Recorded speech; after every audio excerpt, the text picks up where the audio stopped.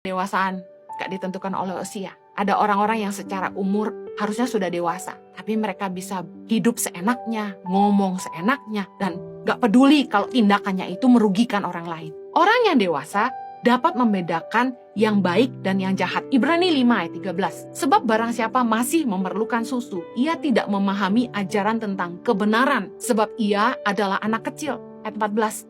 Tetapi makanan keras adalah untuk orang-orang dewasa yang karena mempunyai panca indera yang terlatih untuk membedakan yang baik daripada yang jahat. Orang yang dewasa itu punya panca indera yang terlatih, membedakan yang baik dan yang jahat. Orang yang dewasa itu ngerti kebenaran. Mereka akan ngerti, oh ini boleh, tidak boleh dilakukan. Tapi bayi-bayi rohani seringkali mencari pembenaran untuk hal-hal yang mereka sebenarnya tahu. Itu tidak boleh dilakukan, itu tidak sesuai kebenaran. Tapi mereka minta pembelaan. Mereka ngerti tanggung jawab. Mereka akan bertahan walaupun sulit. Itu komitmen. Contoh, sekalipun kesal sama atasan, mereka ingat punya cicilan. Orang yang dewasa, yang punya komitmen, itu mau belajar, mau berubah, mau berusaha jadi lebih baik. Karena mereka tahu, mereka punya komitmen kepada pasangan mereka.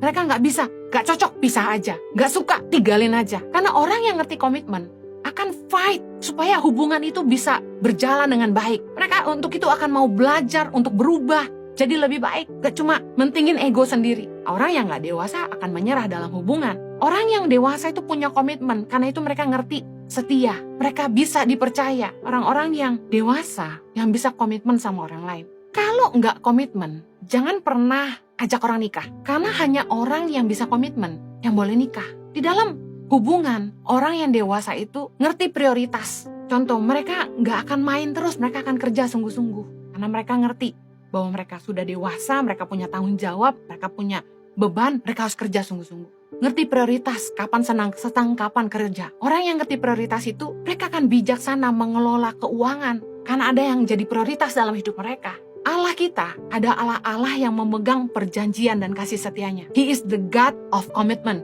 Ulangan 7 ayat 9 berkata gini, sebab itu haruslah kau ketahui bahwa Tuhan Allahmu, dialah Allah, Allah yang setia, yang memegang perjanjian dan kasih setianya terhadap orang yang kasih kepadanya dan berpegang pada perintahnya, sampai kepada beribu-ribu keturunan. Kita harus bersyukur kita punya Tuhan tuh yang komitmen banget sama janjinya. Tuhan yang memegang perjanjian dan kasih setianya kepada orang-orang yang dikasihinya. Bukan cuma kepada kita, tapi sampai kepada beribu-ribu keturunan. Karena itulah Tuhan sangat-sangat menghargai orang-orang yang bisa komitmen. Orang-orang yang memegang perjanjian, yaitu covenant. Di dalam pernikahan terlebih khusus, dalam Maleakhi 2 ayat 14 dikatakan gini, dan kamu bertanya oleh karena apa? Oleh sebab Tuhan telah menjadi saksi antara engkau dan istri masa mudamu, yang kepadanya engkau telah tidak setia, padahal dialah teman sekutumu dan istri seperjanjianmu. Ayat 15, bukankah Allah yang esa menjadikan mereka daging dan roh? Dan apakah yang dikehendaki kesatuan itu? Keturunan ilahi. Jadi jagalah dirimu, dan janganlah orang tidak setia terhadap istri dari masa mudanya. Tuhan benci dengan perceraian. Tuhan sangat membenci perzinahan karena Tuhan sangat menghargai perjanjian. He is the God of covenant. Tuhan yang sangat menghargai perjanjian. Makanya kita harus hati-hati memilih pasangan. Bagi Anda yang belum menikah, jangan menikah dengan orang yang gak bisa komitmen sama Anda. Orang yang gak bisa dipercaya. Orang yang gak bisa benar-benar komitmen dalam hubungan. Kita gak menikah untuk bercerai. Orang yang bisa dipercaya adalah orang yang bisa komit. Lukas 16 ayat 12 berkata gini, dan jikalau kamu tidak setia dalam harta orang lain, siapakah yang akan menyerahkan hartamu sendiri kepadamu? Kalau Anda punya perusahaan, Anda akan cari orang yang bisa komitmen kepada Anda untuk bisa Anda serahkan harta Anda. Karena itulah kalau kita mau dipercaya, kalau kita mau dipromosi dan mendapat kedudukan yang penting, kita harus jadi orang yang bisa komitmen, orang yang bisa dipercaya. Kita nggak mungkin menyerahkan harta kita sama anak kecil yang nggak bisa mengelola dan nggak bisa dipercaya. Kasih uang sama anak kita. Satu hari saya transfer uang ke akun GoPay anak-anak saya. Saya bilang gini, just in case di rumah nggak ada makanan, kamu pesan ya online. Dalam waktu seminggu, habis. Yang saya kaget tuh, tiga-tiganya habis. Saya bilang, kamu beli apa? Tebak, salah satunya, McDonald terus.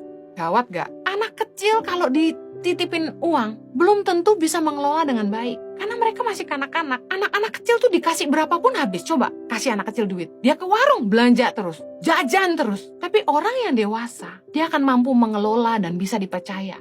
Mereka komitmen, mereka akan bisa memegang perkataan mereka.